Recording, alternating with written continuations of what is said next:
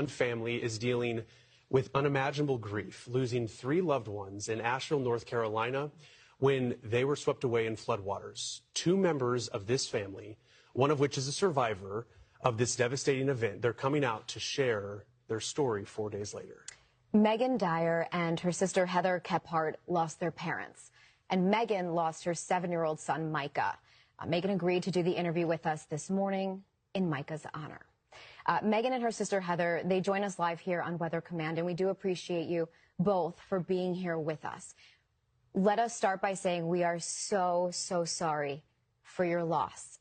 Megan, you witnessed this happen, and when we experience grief, so often we are asked, how are you holding up? But I feel like I know the answer to that already. So let me ask you this then. How is your grief today? My grief today is unfathomable. I'm sorrowful. I feel broken. But what is the main thing that I take away from grief is the uplifting of all the prayers that I have received. And I think that all the chain of prayers that I have felt are the things that held me up, the things that are holding me together right now. Because if it was up to my humanly flesh, I wouldn't be able to do it. Family, togetherness, many people reaching out, praying, sending their support. That's the pieces that I can't have on my own that they're putting together for me. And Heather, by your side, Megan, we also know your other sister, Jessica. Initially, when the stories started coming out of Western North Carolina, your sister Jessica was posting updates on Facebook before, even after the rescue and those subsequent updates. There is this picture I believe you took on the roof, and only if you feel comfortable sharing what was going through your mind, because you, your parents, and your son, I believe those were your shoes, had to evacuate to the roof.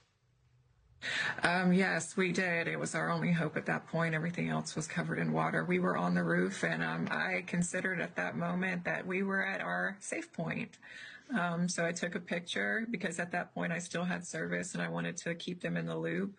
I thought we were okay still until the house broke apart and until everything started to collapse.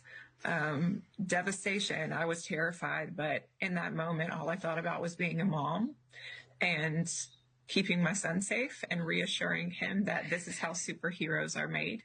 We survive. And we keep going. And I wanted to keep that alive in that moment, so I never let the faith falter. I want to ask you too, Heather, as we give Megan a moment as well. You are Megan's sister, so your parents were also on that roof, as well as your nephew.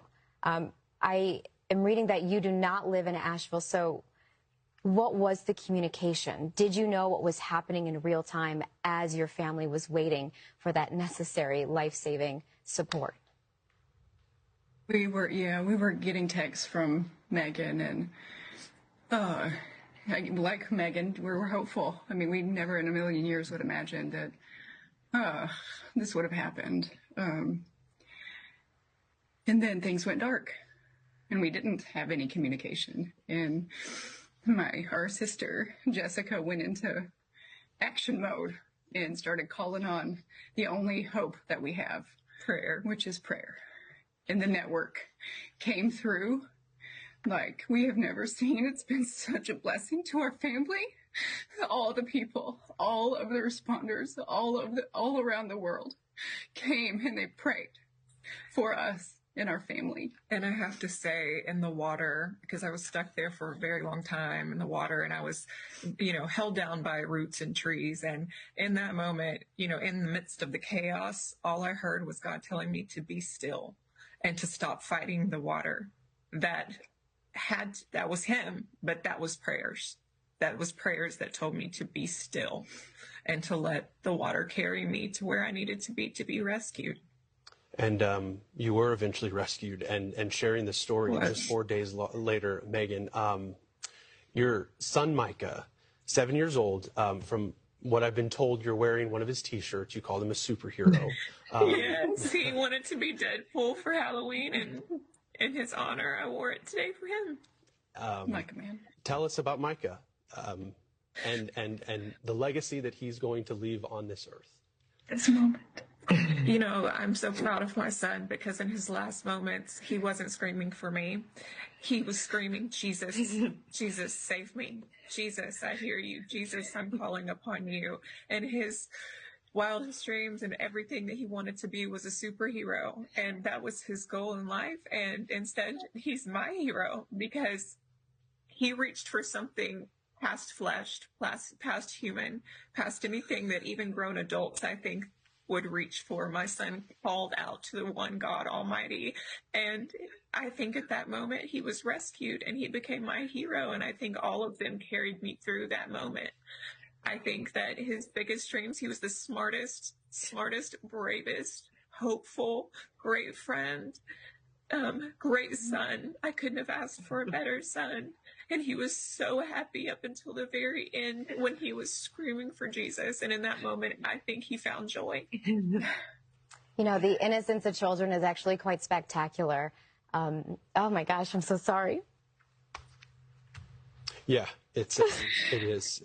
Marissa being a mother too, Megan and Heather, I do, amidst the tragedy, your parents as well, Jessica included, how will they be remembered? Heather, if you don't mind sharing about your parents.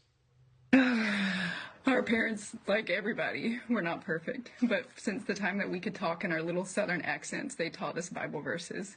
And we had, my dad, we had a big piece of cardboard, and for every Bible verse we memorized, he gave us a star. And they're the old foily stars that I don't even know if they make them now. But we got one for every verse. And those verses, to this day, are in our hearts and in our minds. And I think for nothing, they wouldn't want to do anything else in this moment but to give honor and glory to the Lord Jesus Christ. And one verse in particular, Micah 6:8. He has shown thee, O man, what is good, but what does the Lord require of thee? But to do justly, love humbly, and to walk humbly with thy God. We're a little rusty. I think I know why Micah got his name now. Yes, he did, in honor of my father and in honor of that verse. You two are incredible. You know, and I apologize. It's so emotional. I think anybody watching, it's hard not to get choked up. Oh my gosh, I'm so sorry. Whew, I'm so sorry. Yeah. Will you tell them why I'm sorry. I have a 7-year-old. I have a 7-year-old at home. And so I do want to ask you, oh my gosh, I've never done this on air before, but I think people watching need to know that when we talk about over 120 lives that have been lost, these are brothers and sisters and sons and mothers and fathers. Yep. Prayer and faith is getting you through this, and it is such an important thing to lean on in this time. What is it you want people watching to know and to understand as we continue to bring coverage out of Asheville, out of North Carolina, out of these communities that have been so deeply and forever impacted? I want them to remember that there is joy beyond the pain, that while we are wrapped in sorrow and while we are wrapped in grief and overwhelming regret for all the things that we could have done that we didn't, that they are happy. And they are joyful, and they are all around us looking down. And my son couldn't be more proud at me for hanging on. My parents were probably lifting me up when I was in between the two things that were holding me down. They are rejoicing at the fact that I now can tell them what God did for me, because it was God. He said, "Be still, I am in control, and you will pass on." This is a backfire for the devil, because he tried to take me out. And here I am sharing the word that my 7-year-old is a hero and my parents live on in God's glory.